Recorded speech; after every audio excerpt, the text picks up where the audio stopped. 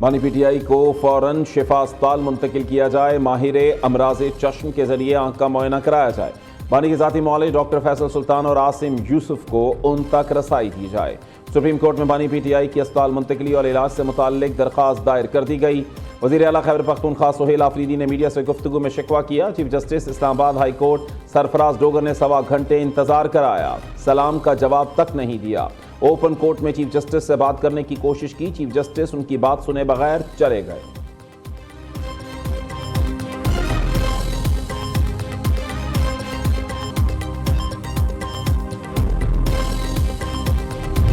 بڑا کلیئر ہو جائے، یہ تو نہ پارٹی کا مینڈیٹ ہے کہ وہ عمران خان کی صحت کے اوپر فیصلے کریں، یہ فیملی کا مینڈیٹ ہے اور یہ ہمارے ڈاکٹرز کا مینڈیٹ ہے۔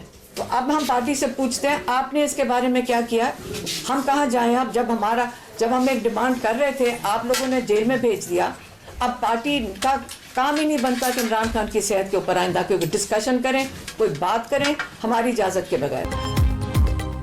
پی ٹی آئی میں اختلافات کا لاوا پھٹنے لگا، علیمہ خان پارٹی قیادت کے خلاف پھٹ پڑیں، بانی پی ٹی آئی کی صحت پر فیصلہ کرنا پارٹی کا نہیں ہمارا مینڈیٹ ہے، آئندہ بانی کی صحت سے متعلق کوئی بھی فیصلہ ہماری اجازت کے بغیر نہیں ہوگا۔ اسلام آباد ہائی کورٹ میں میڈیا سے گفتگو کرتے ہوئے علیمہ خان نے کہا، بیرسٹر گوہر، حامد خان، علی ظفر، لطیف کھوسہ کہاں ہیں؟ علی بخاری کہاں ہیں جن کا تعلق اسلام آباد سے ہے؟ ہم پر پارٹی میں مداخلت کا کہا جاتا ہے، ہم اب کھل کر کہیں گے آپ کا جو کام ہے وہ کریں۔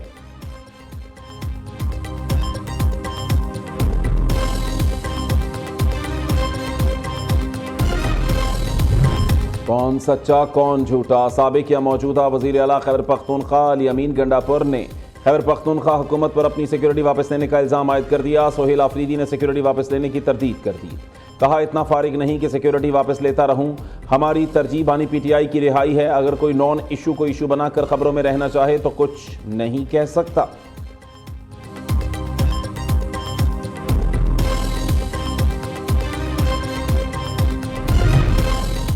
وزیر اعظم شہباز شریف سے وزیر اعلیٰ سندھ مراد علی شاہ کی ملاقات، باہمی دلچسپی سمیت سندھ کے سیاسی اور اہم امور پر تبادلہ خیال۔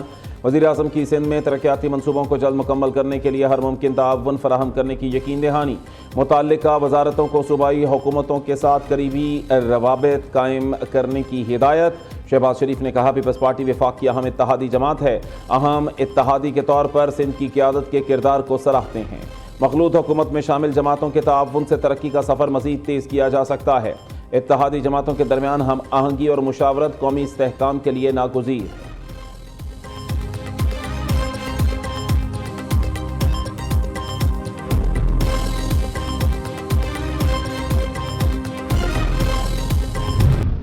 وفاقی حکومت جو کہ ہر وقت پیپلز پارٹی سے تعاون مانگتی ہے، وفاقی حکومت کے وزراء اور وفاقی حکومت کے نامینیٹڈ گورنر ہاؤس جو ہے اس سے مسلسل سندھ حکومت کے خلاف سازشیں ہو رہی ہیں، سندھ حکومت کے خلاف کانسپریسیز ہو رہی ہیں۔ جیسے میں نے کہا کہ میں اپنی پیپلز پارٹی کی قیادت کو کہتا ہوں کہ جی آپ وفاقی حکومت سے جواب طلبی کریں۔ حکومت کی دو اتحادی جماعتیں آمنے سامنے، شرجیل میمن نے گورنر ہاؤس سندھ کو سازشوں کا گڑھ قرار دے دیا۔ سینئر صوبائی وزیر نے کہا، وفاقی وزراء سندھ حکومت کے خلاف سازشیں کر رہے ہیں، کراچی پر تنقید کر کے سندھ حکومت کو نشانہ بنایا جاتا ہے، قیادت اس بارے میں وفاق سے جواب طلب کرے۔ چیئرمین پیپلز پارٹی بلاول بھٹو کو کراچی کے چیلنجز کا پتہ ہے، سندھ میں ترقیاتی منصوبے جاری ہیں، سندھ حکومت ڈیجیٹل پورٹل پر کام کر رہی ہے، صدر زرداری کی میٹنگ کا حقیقت سے کوئی تعلق نہیں ہے۔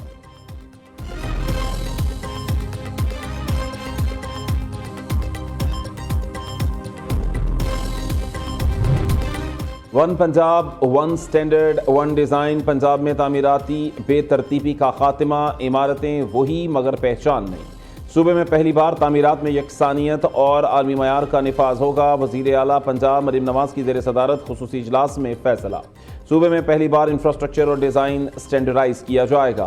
مریم نواز نے کہا، ڈسپلن ہی ترقی کا اصل حسن ہے، پنجاب اب ایک رنگ اور ایک معیار سے پہچانا جائے گا، لاہور سے راجن پور تک ہر گلی ہر شاہراہ دیدہ زیب اور ہر ادارہ نظم و ضبط کا شاہکار ہوگا۔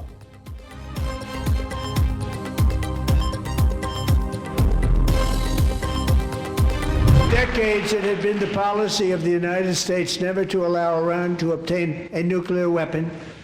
many decades. Since they seized control of that proud nation 47 years ago, the regime and its murderous proxies have spread nothing but terrorism and death and hate. They've killed and maimed thousands of American service members and hundreds of thousands and even millions of people. امریکی صدر Trump کا ایک بار پھر پاک بھارت جنگ رکوانے کا credit. Trump نے خود پر تنقید کرنے والے ڈیموکریٹس کو پاگل کہہ ڈالا. سیو امریکہ ایکٹ کی حمایت کرنے کی اپیل بھی کر دی. امریکی صدر نے دعویٰ کیا ایران ایسے میزائلز بنا رہا ہے جو بہت جلد امریکہ تک پہنچ سکتے ہیں. ایرانی میزائل امریکہ اور یورپی ممالک کے لیے خطرہ ہیں. ایران کو کبھی جوہری طاقت نہیں بننے دیں گے. ایران سے ڈیل کے لیے کوشاں. مسئلہ سفارتکاری سے حل کرنا ترجیح ہے. دوسری جانب ایرانی وزیر خارجہ عباس عراقچی امریکہ ایران نئے جوہری معاہدے کے لیے پر امید.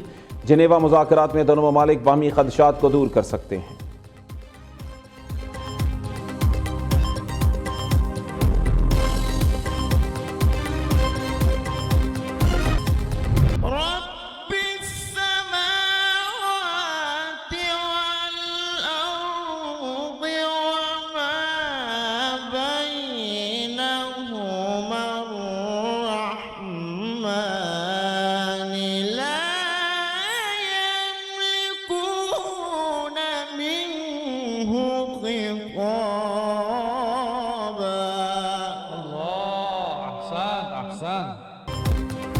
اور کون بنے گا قرات کا سلطان؟ منفرد اور ایمان افروز مقابلے. حیدرآباد کے قاری محمد لقمان اور آزاد کشمیر کے قاری عمر فاروق ججز کا اعتماد جیتنے میں ناکام.